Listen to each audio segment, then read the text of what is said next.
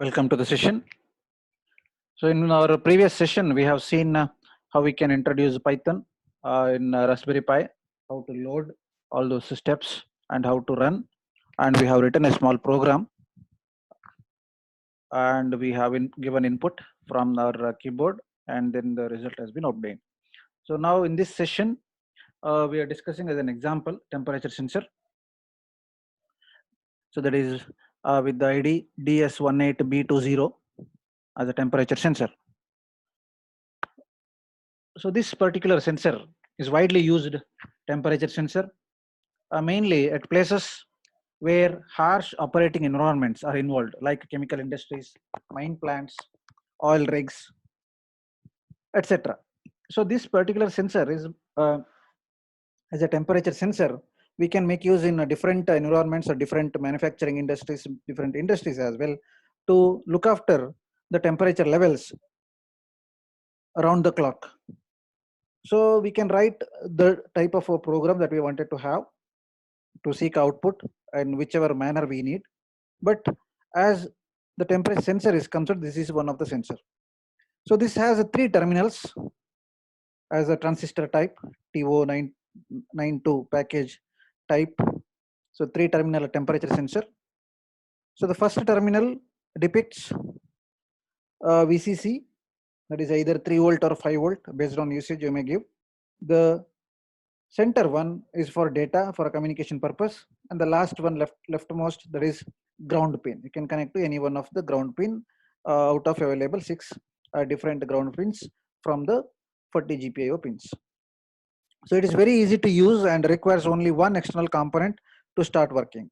So also it requires only one GPIO pin from MCU or MPU to communicate with it. A typical DS18B20 temperature sensor with its pin name is shown below. This is how the pin name. So how to find out? So which is the first pin, which is the second pin, which is the last pin? So you're supposed to consider the particular temperature sensor. This is of type a transistor. That in the sense, one side it is complete flat bed, flat. The other side it is half moon. So if you follow my cursor, you may recognize the feature. So other side is half moon type of structure. The other side is flat bed. So that is how the transistor is, right? So now in this particular temperature sensor, so the topmost, so whenever you see the front, this flat bed with some of the write-ups, so that should be the your side. So then the rightmost pin should be connected to the VCC, center one to the data, and the last one for a ground. So now in this case, we have some write-ups. The first one, in general, it is a manufacturer's name. The second one is a sensor ID, temperature sensor, that is 18B20, and then the production number and so on, or sequence numbers.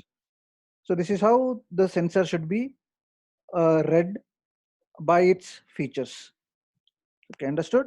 Okay, moving further. So we supposed to read a sensor data. So temperature sensor data now. So now this sensor is also available as waterproof version.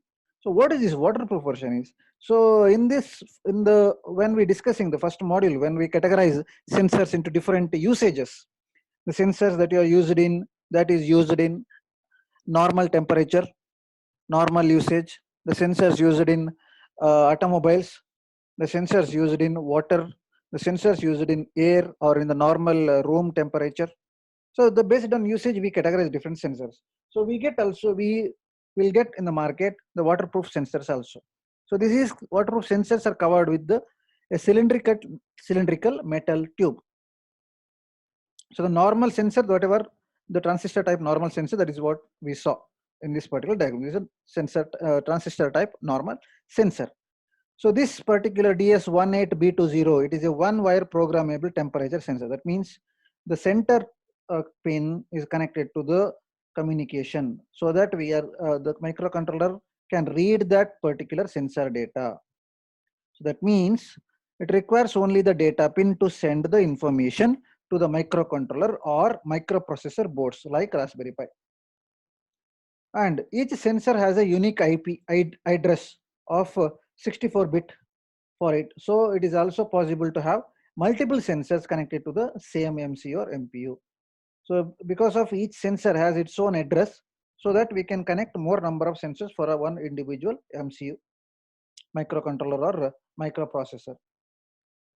So in general, for this DS18B20 temperature sensor, the operating voltage will be 3 volt to 5 volt. Measuring range, it may measure from minus 55 degrees Celsius to plus 125 degrees Celsius.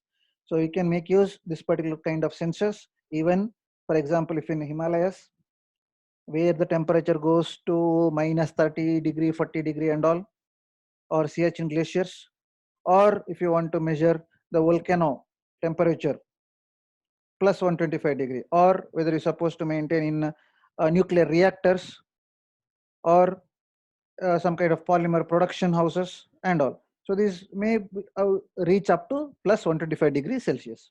So accuracy here and there, it may vary plus or minus 0.5 degrees Celsius.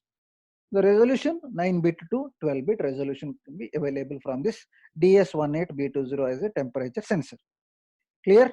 So now we'll see how to get a connection. So this is our Raspberry Pi board. So this is for just for an understanding purpose. We are depicting with the Raspberry Pi model 2 version 1.1. So now it has a different GPIO pins, 40 GPIO pins over here. So now, as we know, the DS18B20 has 3 pin. So you suppose start from the rightmost pin, that is should be connected to the power supply or VCC. One thing you're supposed to observe over here. So this is something called the breadboard. So we use the normal for a practice purpose or for experimentation purpose for our connections. We use this particular type of breadboard. This is breadboard is generally as a rectangle type a board which has several pins in that. Using that we can easier for us to connect different sensors, devices, peripherals, etc. along with our Raspberry Pi. So now, with respect to this particular breadboard, please follow my cursor together. So the vertical, like this, please follow. The vertical is nothing but a serial connection. So whenever you connect your sensor over here, so throughout this particular line, the pins will carry the same dimension, same value, same VCC. So if you connect your pin over here, that is for power supply, the same line, in the same line you may connect over here. So that is, it carries the same. So now, so the rightmost is connected to VCC, the red light, the red wire, red cable is connected to 3 volt VCC. Then the center one, the center connection is for data communication. So we used blue wire over here. So the blue cable has been used for connected with the any GPIO pin for communication purpose. And the darker, the black one, the black wire or jumper cable, a black cable is connected to the common ground. So this is how the connection has been made. And then we use a resistor. So this usage of resistor to prohibit the higher voltage levels during some power fluctuations or other nature. If something happens, to safeguard our sensor, we will make use of this resistor. So we'll see the exact value of this one. So okay, this is how the connection has been made. So once this connection has been ready, it's time to switch on. So whenever the switch is on, you'll get a red LED will glow, so that the power is enabled with this particular sensor. So now we'll see how we can proceed further. Okay. So now the DS18B20 temperature sensor is perfect for projects like weather stations and home automation systems. For weather stations, to monitor the weather fluctuations and to maintain home automation, to develop our own home automation experiment or project. So this is one of the best suitable temperature sensor. For example, if you say home automation, the speed of the fan or AC cool temperature can be monitored via using this one. Say for example, during the summer, the temperature in the afternoon may rise up to 35 to 36, 37 also. So during at that time, we may need to increase the speed of the fan. Early morning, no need of speed.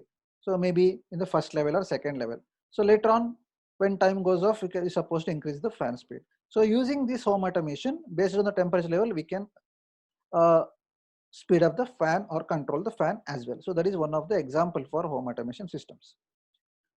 In general, few sensors are a type of this one are easy to set up on the Raspberry Pi. They are of same size as a transistor and use only one wire for the data signal. That is what we saw in our previous example. So they are also extremely accurate and take measurements quickly. So there should be no delay at all. It is accurate. So plus here and there plus or minus 0.5 degrees Celsius may vary. This again depends on the situation. And over here we used one resistor. So the resistor in general we use 4.7k ohm or 10k ohm resistor, either this or this. In general we will make use of 4.7k ohm, kilo ohm.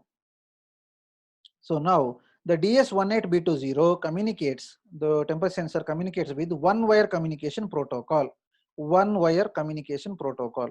So that is only the center cable, center channel is communicate with our microprocessor or microcontroller, saying that it will send the temperature data.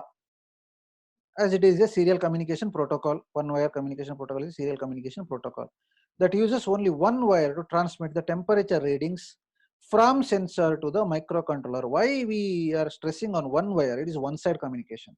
The sensor data is read by the temperature sensor and sent to the microcontroller. That is one wire communication. So only one side communication has been taken place. Over. Okay. So now, how to proceed with this? So enable the one wire interface before the Pi can receive data from the sensor. How to enable this one? How to enable one wire setup, one wire interface? Move to command prompt. So here are the steps. At the command prompt, enter. Supposed to type this one, sudo superuser nano. Within that boot, from the boot, you're supposed to access config.txt, the text file, configuration text file. This is what we saw already in our previous session. And you're supposed to add one line to that at the bottom. There is to apply one line, that is data overlay. So you can see over here, this particular command has to be written in that particular file, equal to w1 hyphen GPIO. From GPIO pin, one line should be enabled. And then exit nano, when you're supposed to reboot or sudo reboot, you can type it. Again, you're supposed to log in. So then at the command prompt, enter this one, sudo mod probe begin. So this is something like probe in the sense that particular channel, that particular cable, the blue colored one, supposed to enable. So then enter sudo therm. So now supposed to change the directory, because you're supposed to access that particular device data. How to change the directory? You can make use of this one, cd, change directory, system bus WL devices. So we are identifying a one particular bus, nothing but a cable, as this put W1, and we are analyzing that particular data. After that, type ls. So ls is nothing but listing of different things. So now, so this is what we can observe. Please follow my cursor. So in this case, first we are creating with the modifications, probe modifications, wire, single one wire communication channel, wire 1 hyphen GPIO.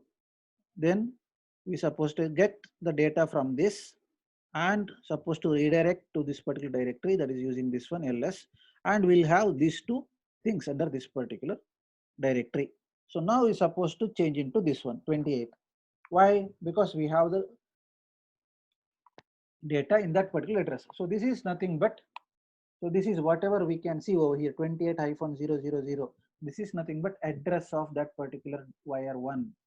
So wire 1 is nothing but whatever we enabled one wire communication from that particular GPIO pin. So this is, as we know, each and every sensor will have its own address, unique address. So this is the address of that particular data pin. So now we supposed to get the data from this particular point. because this particular point is enabled with one wire communication. That is what we did so far. Okay. So now it's displayed. That is what we saw now. So now we're supposed to change the directory. Change the directory to whatever we saw, this one, the first one, 28 hyphen this one. Okay. And then you're supposed to enter cat w1 underscore slave, which will show the raw temperature reading output by the sensor. So now here the temperature reading is T equal to 28,625, which means temperature data is of 28.625 degrees Celsius. Enter CD to return to the root directory. So once we have this particular thing, then you change directory to into this. So that particular directory will have the temperature data for us. So here we change the particular directory. Then we supposed to read out using this cat command, cat w1 underscore slave. So now we got two lines over here. So this is CRC 65 and error check. Then we get the data T equal to 28,625. So now the temperature is 28.625. So this is how we can read the data from the temperature sensor. So now in this case scenario, we have some drawback or demerits. We are finding a little bit difficulty in reading this particular raw data. This is raw data, this is unprocessed data. Whatever the data is captured from the sensor data is directly depicted in this particular file, this particular directory, and we are just reading out of that. We are reading from this particular directory using cat command.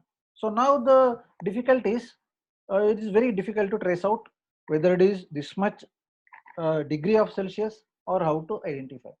So to ease of our work, we supposed to proceed with either by providing a separate terminal in command prompt, or we may have a separate display unit so that we can convert this raw data into understandable format. So we'll see that particular part in the next slide.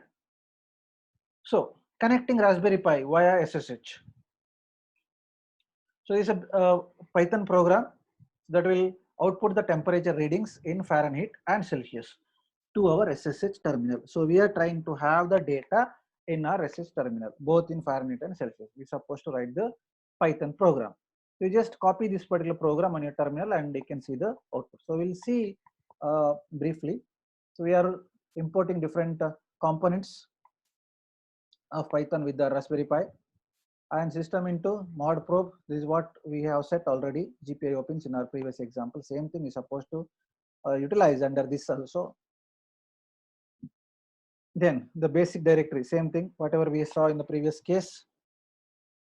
Over here, the base directory, this is what we did in this case, these two lines, and this is the change of directory. Then you're supposed to convert that into Celsius and Fahrenheit. There is raw data from base directory. Base directory is this one, 28. So whatever the directory we got from this, from that particular directory we supposed to read.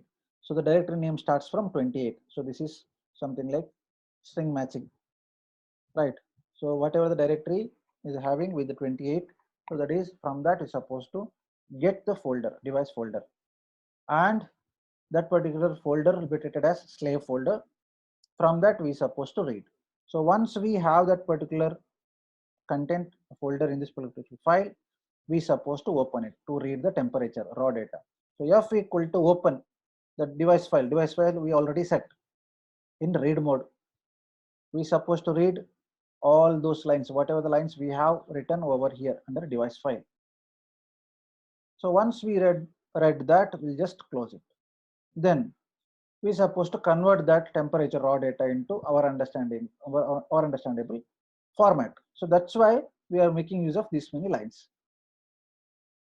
So either it is a string to temperature in Fahrenheit, Fahrenheit to Celsius. This is how we will work out. So now here you can see the temperature data in this particular format. So here 26.067 the temperature data we have already. So okay, This is how we can run the program. So, one more thing. Once you ready with this particular program, you're supposed to save the program, then run via using any one of the three options. Either press F5 or go to options, then run, or run by passing the command line. Under that, we can run this particular program. So once you run, you will get this particular output. Fine. Okay. So this is how we can make use of Raspberry Pi via SSH shell scripts. Then there is one of the second methodology.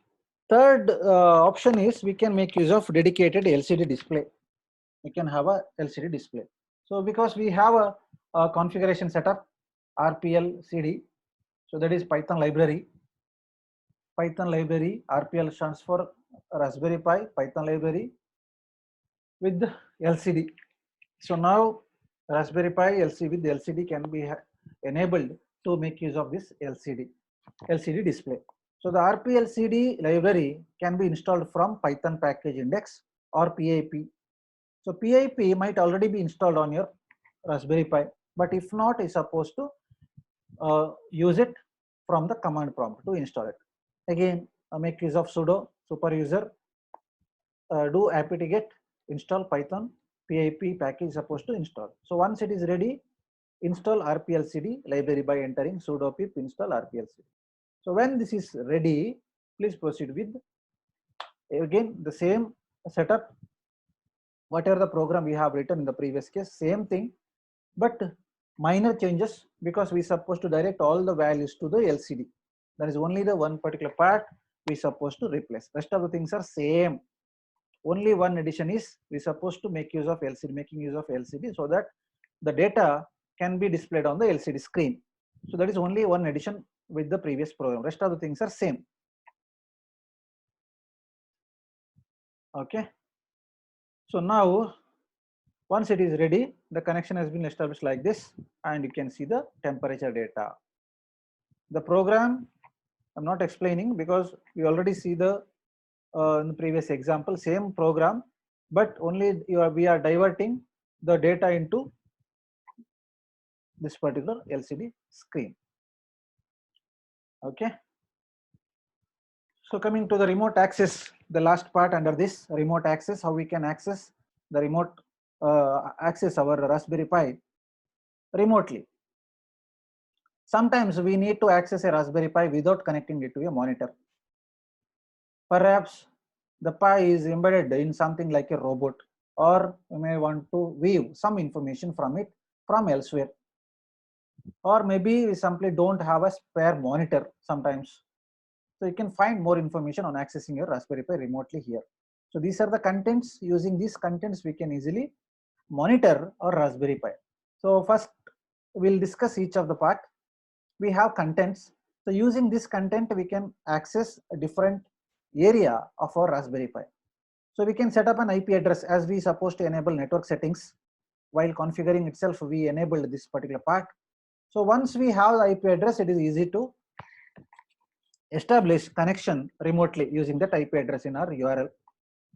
So how to find a Raspberry Pi's address? We're supposed to check it out. That is access over internet. We're supposed to enable the port, network port. So remote access to the Pi over the internet by configuring port forwarding or using a third-party service. We can enable this particular part. That is one thing. So we can access when we know by default 10.0.0.1. So that is by default an IP for a Raspberry Pi. So you can change that one also while configuring the network settings. So once we have the network settings, we can easily access the internet. So that is one particular part. So that when you know the IP address of a particular device, so you can easily access over internet or intranet. That is one part. Second remote access method is using VNC.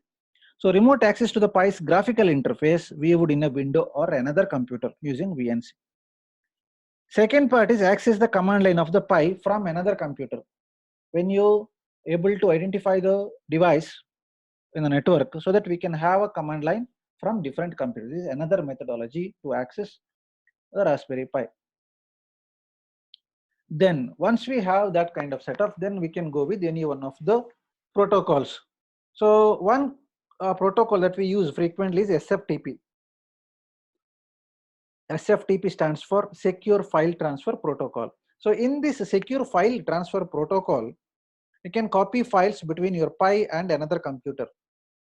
So source and destination, say from one Raspberry Pi to another Raspberry Pi, or one Raspberry Pi to another PC or any other device, we can easily transfer the file using SFTP protocol. SFTP, that is Secure File Transfer Protocol,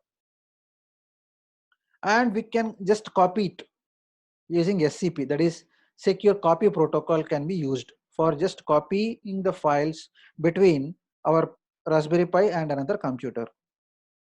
Or we can copy the files through SSH, that is through shell. So copy files between our Pi and another computer using SSHFS, that is Secure Shell File System. Using any one of the protocol, you can make use of that. And once we're done with that, we can make use of sync, rsync.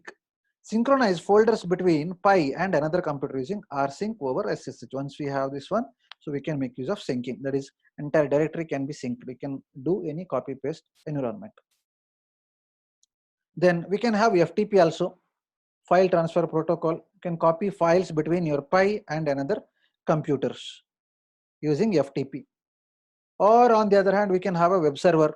You can set up a website, a separate website or a web page for that particular application, and can display some information about Raspberry Pi. Using that web browser on another machine, we can easily track, can access the Raspberry Pi on the network or in the internet. On the other hand, we may make use of Samba or CIFS. That is again a file system sharing folders from or to Windows based devices. If you are making use of Windows based devices, from Windows based machines, if you wanted to copy files to your Raspberry Pi, we can make use of Samba as well. So that is about remote access with the Raspberry Pi. So any doubt so far? Any doubt? Okay, so that is about the module 5 contents. So let us discuss some of the industry perspective, or just as an hobby. As you are a computer engineer,